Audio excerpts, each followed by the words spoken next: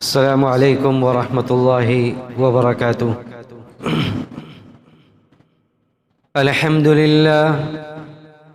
للہ نحمده ونستعینه ونستغفره ونعوذ باللہ من شرور انفسنا ومن سیئات اعمالنا من يهده الله فلا مضل له ومن يضلله فلا هادي له، وأشهد أن لا إله إلا الله وحده لا شريك له، وأشهد أن محمدًا عبده ورسوله. يا أيها الذين آمنوا اتقوا الله حق تقاته ولا تموتن إلا وأنتم مسلمون. يا أيها الناس اتقوا ربكم الذي خلقكم من نفس واحدة وخلق منها زوجها وبث منهما رجالا كثيرا ونساء، واتقوا الله الذي تساءلون به والأرحام إن الله كان عليكم رقيبا. يا أيها الذين آمنوا اتقوا الله وقولوا قولا سديدا يصلح لكم أعمالكم ويغفر لكم ذنوبكم، ومن يطع الله ورسوله فقد فاز فوزا عظيما. أما بعد فإن خير الحديث كتاب الله، وخير الهدي هدي محمد صلى الله عليه وسلم، وشر الأمور محدثاتها، وكل محدثة بدعة، وكل بدعة ضلالة، وكل ضلالة في النار. أعوذ بالله السميع العليم من الشيطان الرجيم. يا أيها الذين آمنوا قوا أنفسكم وأهليكم نارا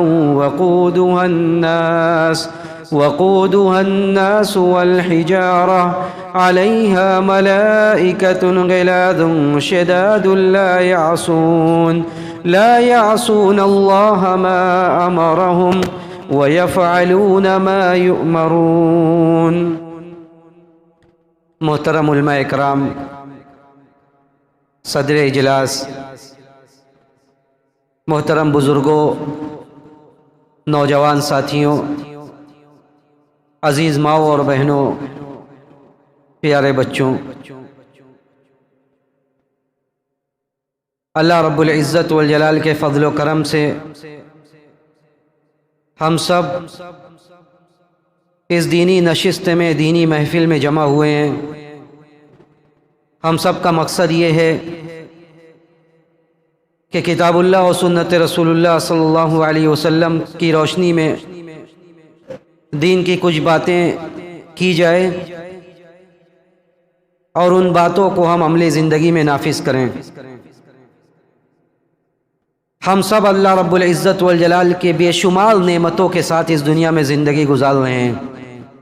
اس دنیا میں رب ذوالجلال کی اتنی نعمتیں ہیں جن نعمتوں کو شمار میں لانا ناممکن ہے، اور بڑی بڑی نعمتوں میں سے ایک بڑی نعمت جسے اللہ رب العزت والجلال نے انسانوں کو دیا ہے، وہ نعمت اولاد کی نعمت ہے. اولاد اللہ رب العزت والجلال کی وہ نعمت ہے جس سے انسانوں کی زندگی میں رنگ ہے. اولاد انسانوں کی کو دی ہوئی وہ نعمت ہے جس سے انسانی زندگی میں رونق ہے. جسے اللہ سبحانہ و تعالیٰ نے اولاد کی نعمت سے محروم کر دیا، اس کی زندگی بے رنگ ہے. اس کی زندگی میں سب کچھ ہونے کے باوجود، مال و منال بھی ہے، دولت و ثروت بھی ہے، عزت و وقار بھی ہے، اس دنیا کے سارے چین، سارے سکھ ہیں، اس کے باوجود زندگی میں ایک ایسا سناپن ہے جس سنے پن کو مال و زر، مال و دولت اور دنیاوی آشائشوں سے دور نہیں کیا جا سکتا. تو یہ انسانی زندگی کی ایک بڑی نعمت ہے جو در حقیقت انسان کی زندگی کی زینت ہے. اللہ سبحانہ و تعالیٰ نے ان چیزوں کا تذکرہ کیا جن چیزوں سے انسان دنیا میں خوش ہوتا ہے، جو چیزیں اسے اچھی لگتی ہے۔ اللہ نے فرمایا المال والبنون زینۃ الحیاۃ الدنیا والباقیات الصالحات خیر عند ربک ثوابا وخیر املا۔ اللہ نے فرمایا کہ مال اور اولاد، المال والبنون زینۃ الحیاۃ الدنیا، بنون یہ بیٹوں کو کہا جاتا ہے، یہاں اس سے پہلے مال کا تذکرہ کیا گیا، کیونکہ زیادہ اٹریکشن اکثر اوقات میں مال کی طرف ہوتا ہے انسانوں کا، مال سے زیادہ انسان متاثر ہوتا ہے۔ پہلے مال کا تذکرہ کیا گیا، اس کے بعد بیٹوں کا ذکر کیا گیا، بیٹیوں کا تذکرہ نہیں کیا گیا، کیونکہ وہ زمانہ جو تھا وہاں بیٹیوں کو اگر بیٹیوں کی پیدائش ہو جاتی تھی تو لوگ منہ چھپاتے پھرتے تھے، تو اللہ نے انہی کے انداز میں کہا کہ المال والبنون زینۃ الحیاۃ الدنیا، کہ یہ مال اور یہ اولاد یہ دنیا کی زینت ہے، والباقیات الصالحات، لیکن جو باقی رہنے والی چیزیں ہیں، جو دنیا کے بعد آخرت میں آپ کو کام آنے والی ہے، وہ کیا ہے؟ والباقیات الصالحات، جو باقیات صالحات ہیں، جو آپ کے نیک اعمال ہیں، جو ذکر و اذکار کے آپ کے زبان سے جو الفاظ ادا ہو رہے ہیں، یہ ساری چیزیں آپ کو دنیا کے ساتھ ساتھ آخرت میں بھی کام آنے والے ہیں، اور یہی زیادہ امید لگانے والی چیزیں۔ تو یہ اولاد یہ انسان کے زندگی کی زینت ہے، اور یہ اولاد انسان کے زندگی کی اصل پونجی ہے، یہ اولاد انسان کے زندگی کا اصل کیسے وہ انسان اپنے زندگی میں اپنی اولاد کو کیسے بناتا ہے، کیسے اس کی نشو و نما کرتا ہے، کیسی تربیت کرتا ہے، یہی اس کا اصل انویسٹمنٹ ہے، اور اسی کو دیکھ کر اس کے ساتھ آخرت میں کیا معاملہ ہوگا، بہت سارے مسائل اسی سے وابستہ ہوں گے کہ انسان نے اپنی اولاد کی کیسے تربیت کی ہے، اپنی اولاد کو کیسے اس نے رکھا ہے اس دنیا میں، اس دنیاوی زندگی میں۔ اسی لیے نبی علیہ الصلوۃ والسلام نے صحیح حدیث میں کہا کہ یہ اولاد یہ در حقیقت یہ پونجی ہے، یہ انویسٹمنٹ ہے۔ انسان چلا جاتا ہے، اعمال کا سلسلہ ختم ہو جاتا ہے، جیسے ہی آپ کی آنکھیں بنو یہ اعمال ختم ہو گیا، لیکن اس کے بعد بھی آپ کچھ چیزیں چھوڑ کر جا رہے ہیں، اور اگر اس چیزوں کو آپ نے صحیح سے چھوڑا ہے تو یہ چیزیں حقیقت میں آپ کو فائدہ پہنچا رہی ہے۔ پیارے رسول نے کہا کہ اذا مات الانسان انقطع عنه عمله، جب انسان مر جاتا ہے تو کوئی بھی عمل اس کا فائدہ نہیں دیتا، بلکہ یہیں سے عمل کٹ جاتا ہے، سلسلہ منقطع ہو جاتا ہے۔ الا من ثلاث، سوائے تین چیزوں کے، من صدقۃ جاریہ، ایسا جاری صدقہ آپ نے کہیں کوئی ایسا صدقہ کیا جو جاری ہے، جس کا فیض برابر جاری ہے، او علم ينتفع به، یا کوئی عالم دین ہے جس کے علم برابر جاری و ساری ہے، اس نے کتابیں لکھی ہے، کتابیں پڑھی جا رہی ہے، 200-400 صدیوں پہلے 200-400 سال پہلے کتابیں لکھی گئی، آج پڑھی جا رہی ہے، بلکہ اس سے پہلے کوئی عالم دین ہے، اس کی تقریریں، اس کے وعظ و نصیحت ریکارڈ سے ہو رہے ہیں، اس کے مرنے کے بعد بھی سنے جا رہے ہیں، یہ ساری چیزوں کا فیض اس کے موت کے بعد بھی جاری ہے۔ تو یہ چیزیں اس کو جہاں تک فائدہ پہنچا رہی ہے، وہیں پر وہ اولاد، وہ بیٹا اور وہ بیٹی جس کی اس نے صحیح تربیت کی ہے، او ولد صالح یدعو لہ، وہ نیک اولاد جو اس کے لیے دعائیں کرتا ہے۔ کیسی اولاد اس کے لیے دعائیں کرے گی؟ ہم کن اولاد سے یہ توقع رکھیں، یہ امید پالیں کہ وہ ہماری موت کے بعد یہ ہمارے لیے دعائیں کریں گے؟ آج جو اولادوں کا حال ہے وہ ہم سے مخفی نہیں آ رہی کہ اس ماحول میں ہم نے اپنے اولادوں کو جو راستہ دکھلایا ہے، وہ اولاد ہماری موت کے بعد بھی اسی راستے پر چل رہی ہے۔ اگر ہم نے صحیح سے اولادوں کی تربیت کی ہوتی تو یہ حقیقت میں در حقیقت ہی ہمارا بہت بڑا انویسٹمنٹ ہوتا۔ پیارے رسول نے بچیوں کے بارے میں کہا کہ من عال جاریتین حتی تبلغ، کہ جس نے 2 بچیوں کی پرورش کی صحیح سے، حتی تبلغ، یہاں تک کہ وہ بلوغت تک پہنچ جائے، سن شعور تک پہنچ جائے، تو آپ نے کہا کہ قیامت کے دن جب وہ آئے گا تو انا وہو فی الجنت ہکذا وضم اصابعہ، آپ نے اپنی انگلیاں ملا دی اور کہا کہ جتنی قریب یہ انگلیاں ویسے ہی وہ، اور جس نے 2 بچیوں کی صحیح سے تربیت کی وہ دونوں میں میرے ساتھ، وہ بندہ میرے ساتھ ایسے ہی ہوگا جیسے یہ انگلیاں ہیں، جیسے یہ انگلیاں ملی ویسے ہی وہ بھی ہوگا۔ آپ نے دوسری حدیث میں کہا کہ من ابتلی بشیء من البنات کنا لہ سترا من النار، جس کو بچیوں کے ذریعے آزمایا گیا، بچیاں ہی بچیاں، دنیا والے تانا دے رہے ہیں، جس کے گھر میں پے در پے 2-3 بچیاں ہو جائیں، لوگوں کے زبانوں سے طرح طرح کے الفاظ نکلنے لگتے ہیں، تانا دینے لگتے رہے بھائی ان کے ہاں تو بچیاں ہی بچیاں ہیں۔ یہ بچیاں اگر صحیح تربیت آپ نے کر دی، کنا لہ سترا من النار، یہ قیامت کے دن یہ جہنم کی آگ سے پردہ اور حجاب بن جائیں گی یہ بچیاں۔ لیکن اگر انہی بچوں کی، انہی بچیوں کی آپ نے تربیت نہیں کی، انہی بچوں کی آپ نے صحیح سے دینی تعلیم نہیں دی، تو یہ بچیاں اور بچے دنیا میں بھی آپ کے لیے باعث عار ثابت ہو سکتے ہیں، اور قیامت کے دن بھی یہ باعث عار ثابت ہوں گے۔ اور اسی لیے اللہ رب العزت والجلال نے جو آیت کریمہ میں نے خطبہ مسنونہ کے بعد پڑھی، اس میں ہمیں ہماری ذمہ داری کا احساس دلایا کہ ایک مسلمان ہونے کی حیثیت سے ہماری ذمہ داری صرف یہ نہیں ہے کہ ہم خود جہنم سے بچ جائیں، ہمیں خود جہنم کی آگ سے بچنے کی فکر نہیں ہونی چاہیے، بلکہ ہم خود بھی جہنم سے بچنے کی فکر کریں، اور جو نسلیں ہمارے ماتحت ہیں، جو اولاد ہمارے ماتحتی میں زندگی گزار رہے ہیں، ان اولاد کو بھی ہم جہنم کی آگ سے بچائیں۔ اللہ نے فرمایا یا ایھا الذین آمنوا قوا انفسکم واہلیکم نارا، اللہ نے فرمایا کہ ایمان والو قوا انفسکم واہلیکم نارا، کہ اپنے آپ کو اور اپنے اہل و عیال کو جہنم کی آگ سے بچاؤ۔ قوا انفسکم واہلیکم نارا۔ اب سوال یہ پیدا ہوتا ہے کہ جہنم کی آگ سے کیا بچنے کا کوئی فارمولا بھی ہے؟ کیسے ہم جہنم سے بچیں اور کیسے ہم بچائیں؟ صحابی رسول حضرت علی رضی اللہ تعالیٰ عنہ نے اس کی تفسیر کی۔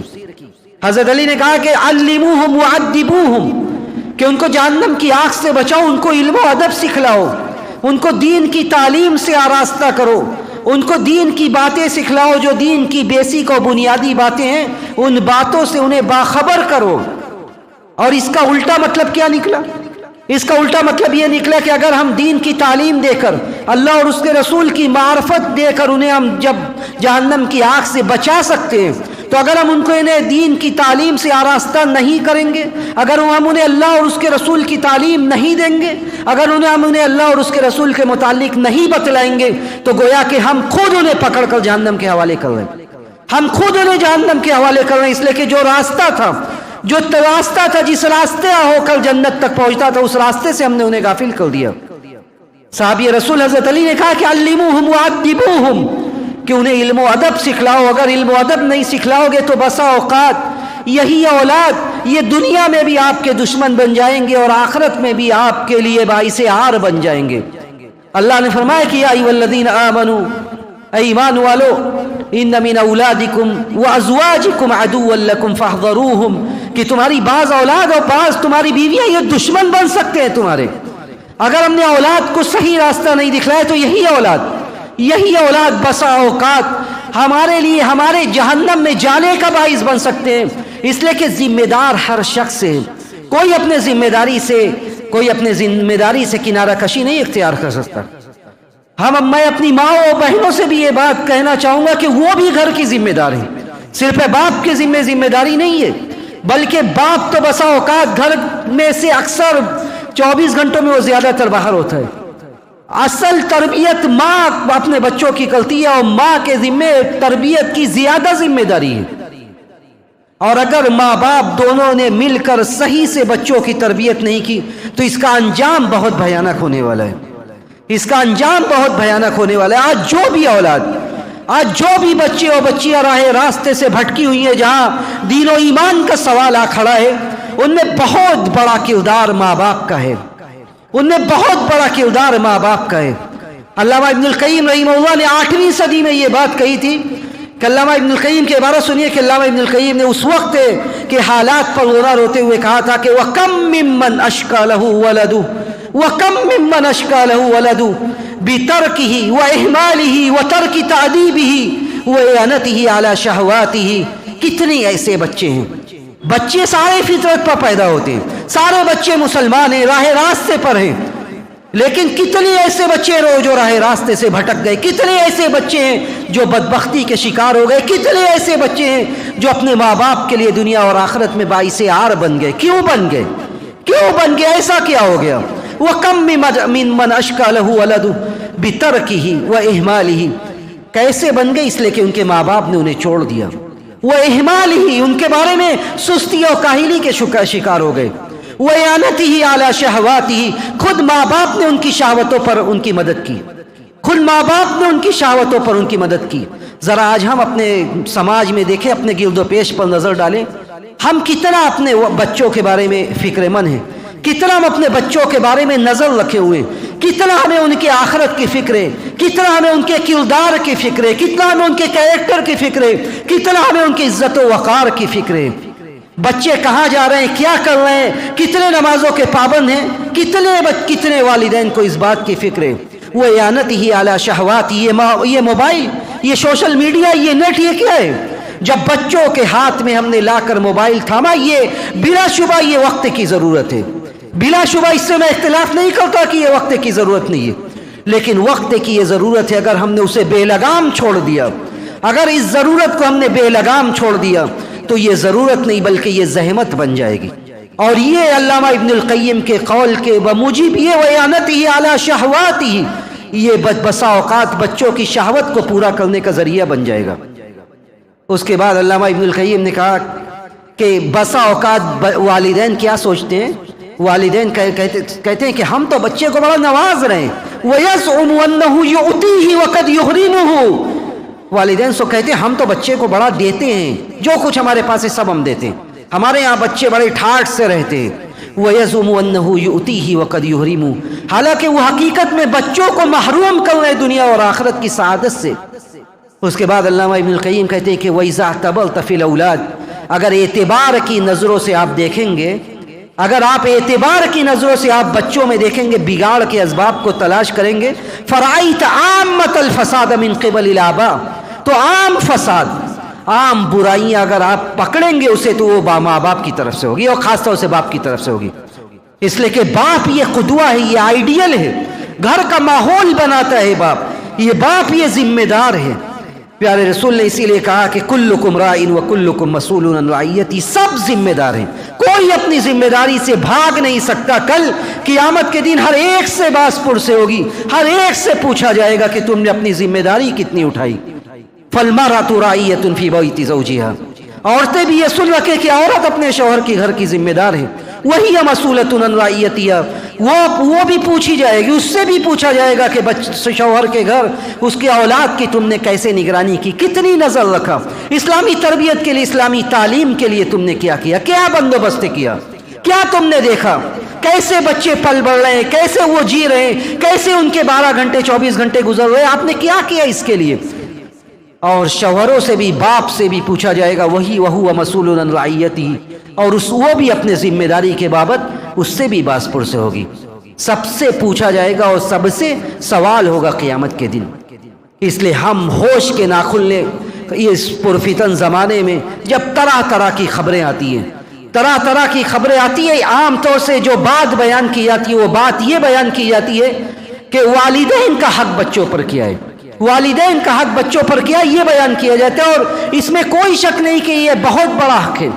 لیکن آج کا یہ زمانہ اور یہ وقت یہ اس بات کا زیادہ تقاضا کر رہا ہے کہ یہ بیان کیا جائے کہ ایک ماں باپ پر ان کے بچوں کا کیا حق ہے، اس لیے کہ یہ دین و ایمان کے تحفظ کا مسئلہ بنا ہوا ہے، یہ دین و ایمان کے تحفظ کا مسئلہ بنا ہوا ہے۔ کتنے سلیم الطبع، سلیم الفطرت اولاد جو صحیح دین پر اور صحیح عقیدے پر تھے، وہ گھر کے ماحول کے خرابی کی وجہ سے، اپنے ماں باپ کے غلط راستہ اختیار کرنے کی وجہ سے آج خود وہ راہ راستے سے بھٹک چکے، آج خود وہ عقیدہ توحید کو چھوڑ چکے، آج خود وہ سنت کے راستے سے برگشتہ اور متنفر ہو چکے ہیں۔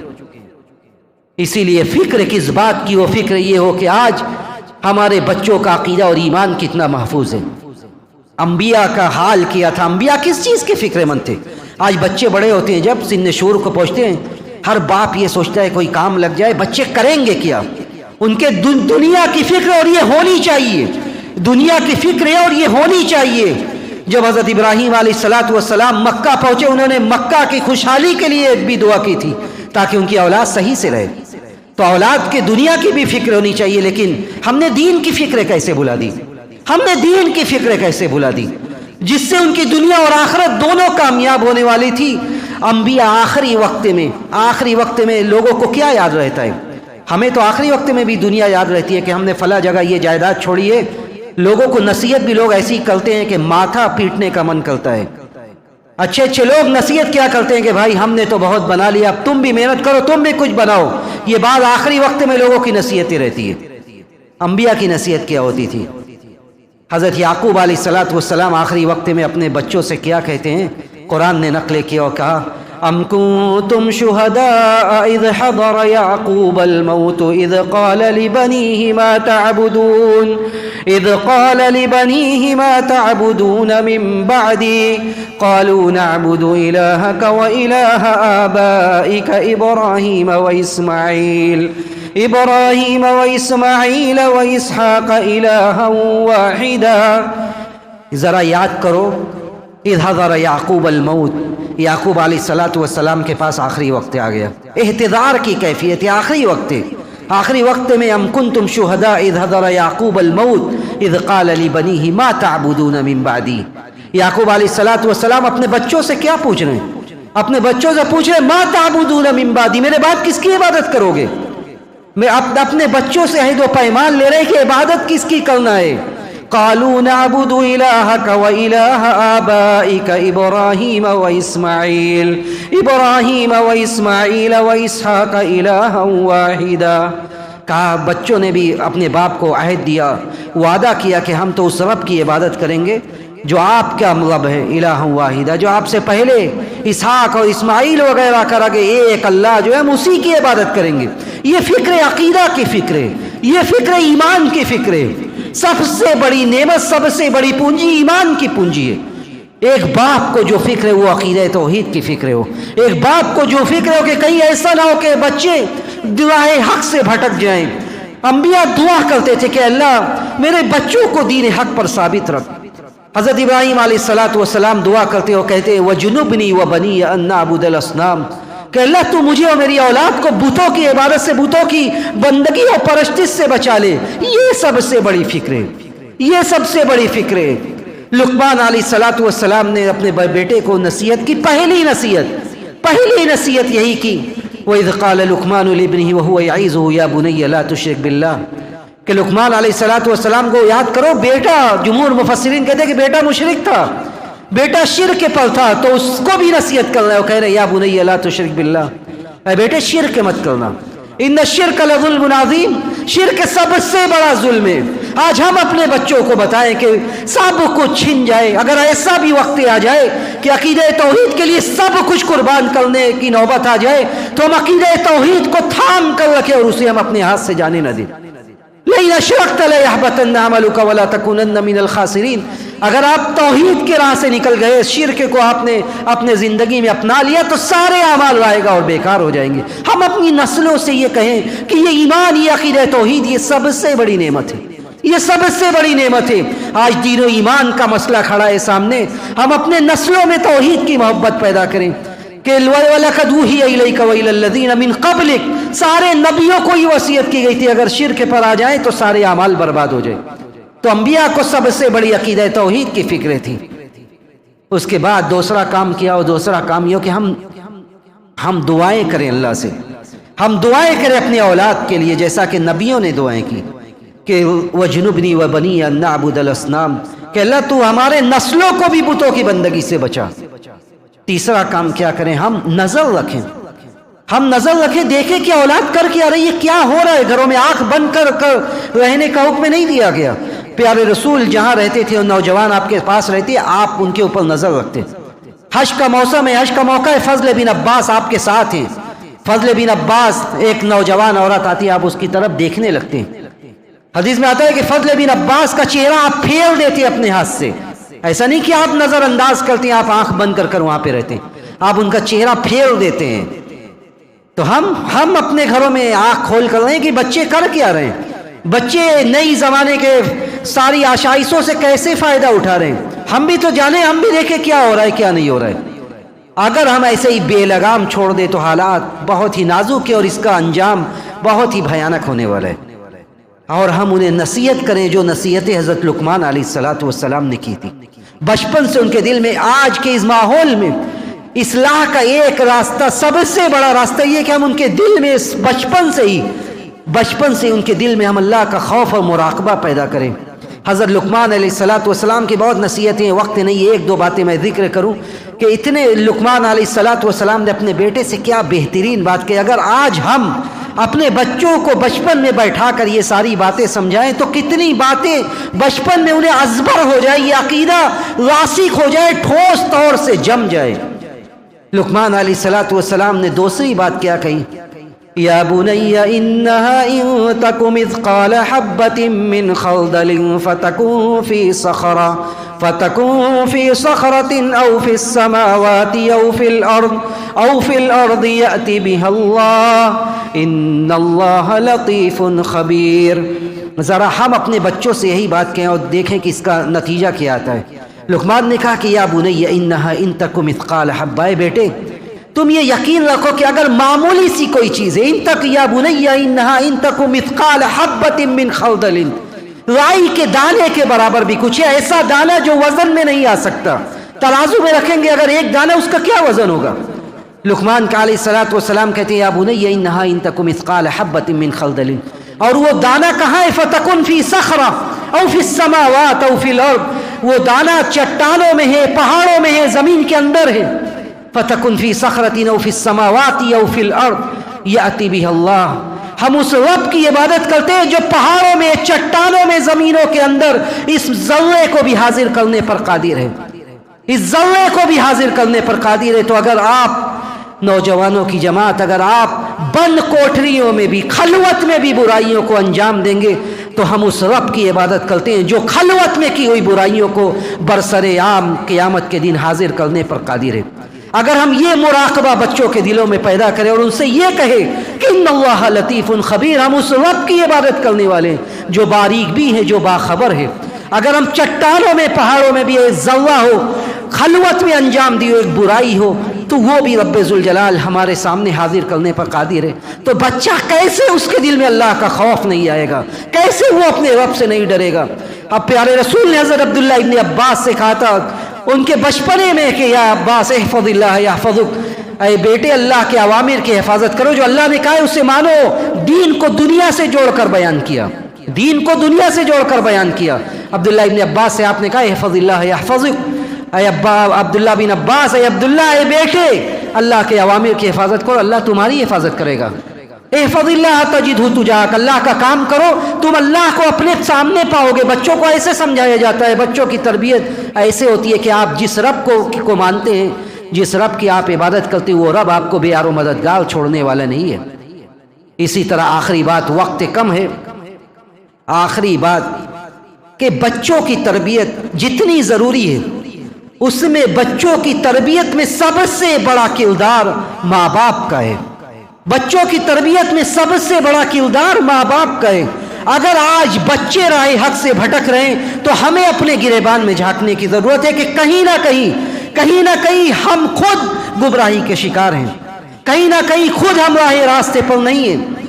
اس لیے کہ دین نیکیوں کی وہ برکت ہے، نیکیوں کی وہ برکت ہے کہ اگر ہم نے نیکی اور اطاعت پر اپنی زندگی گزاری تو وہ نیکی اور اطاعت صرف ایک نسل نہیں بلکہ کئی نسلوں تک ہمارے اولادوں کی حفاظت کرے گی، کئی نسلوں تک ہمارے اولادوں کی حفاظت، ہمارا کردار، ہماری نیکی، تنہائی میں ہمارا اللہ کے سامنے رونا، ہماری عبادت، ہمارا تقوی، یہ ساری چیزیں ہمارے اولاد کی حفاظت کرے گی۔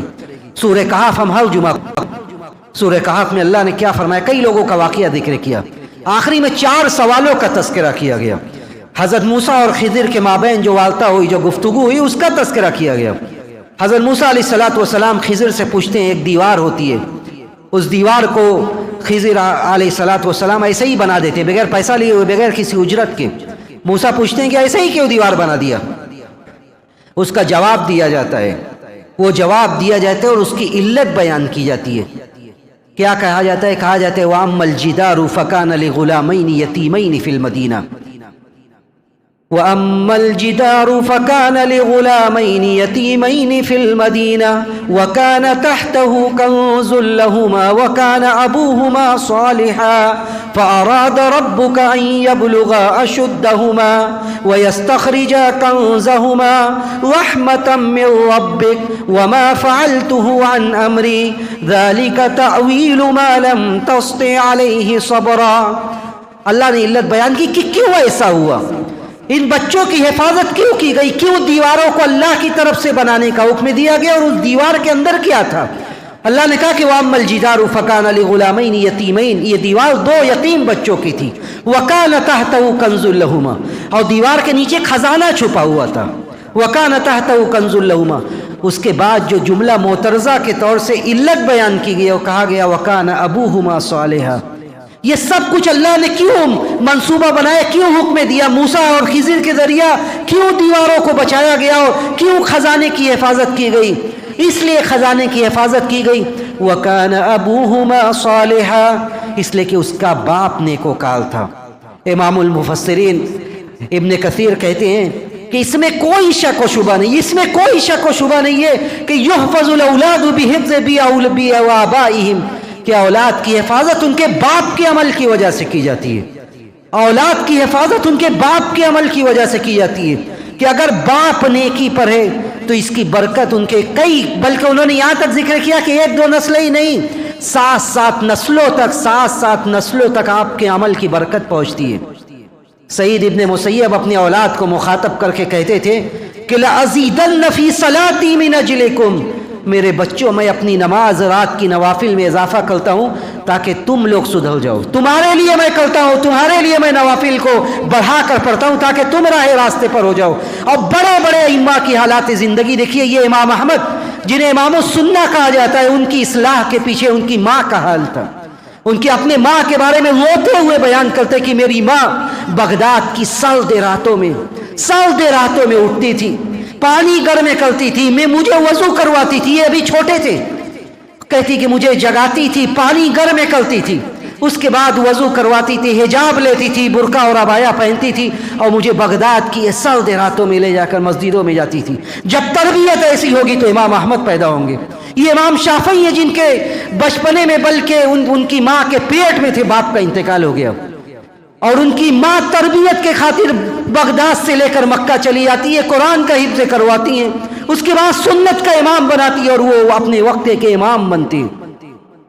یہ ائمہ تھے، یہ ان کے گھر کا حال تھا، یہ ان کے والدین کی فکر تھی.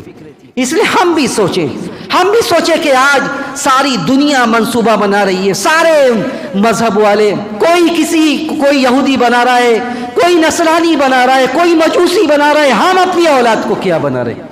ہماری اولاد جو فطرت پر تھی، جو دین پر تھی، ہم اس کے لیے کیا کر رہے ہیں؟ ان کے دین کی ہمیں کتنی فکر ہے؟ راتوں کی کتنی نیند ہمیں یہ سوچ کر ہماری نیندیں کھل جا رہی ہے کہ ہماری اولاد کس راستے پر جا رہی ہے. اگر یہ وقت ایسا ہے کہ اگر ہم نے ابھی ہم ہوش میں نہیں آئے تو مستقبل میں ہم منہ دکھانے کے قابل نہیں بچیں گے. مستقبل ہم منہ دکھانے کے قابل نہیں بچیں گے. جو ماحول ہے، دوسری قومیں جس طرح فکری الغار ہمارے اوپر ہے، جس طرح وہ منصوبہ بنا رہی ہے، اگر ہم ایسے ہی خواب غفلت میں پڑے رہے تو وہ وقت عنقریب آنے والا ہے کہ پھر ہم سوائے افسوس کے کچھ اور نہیں کر سکیں گے. ہم اللہ رب العزت والجلال سے یہی دعا کرتے کہ بار الہ تو ہمارے دین کی، ہمارے عقیدے کی حفاظت فرما. بار الہ تو ہمارے نسلوں کی حفاظت فرما، ہمارے اولاد کی حفاظت فرما. بار الہ ہم میں جو بے روزگار ہیں تو انہیں برسر روزگار کر دے، جو برسر روزگار ہیں تو ان کے رزق میں کشادگی فرما. جب ہمارا اس دنیا سے جانے کا وقت آئے تو ہمیں اس بات کی توفیق دے کہ ہمارا آخری کلمہ توحید ہو.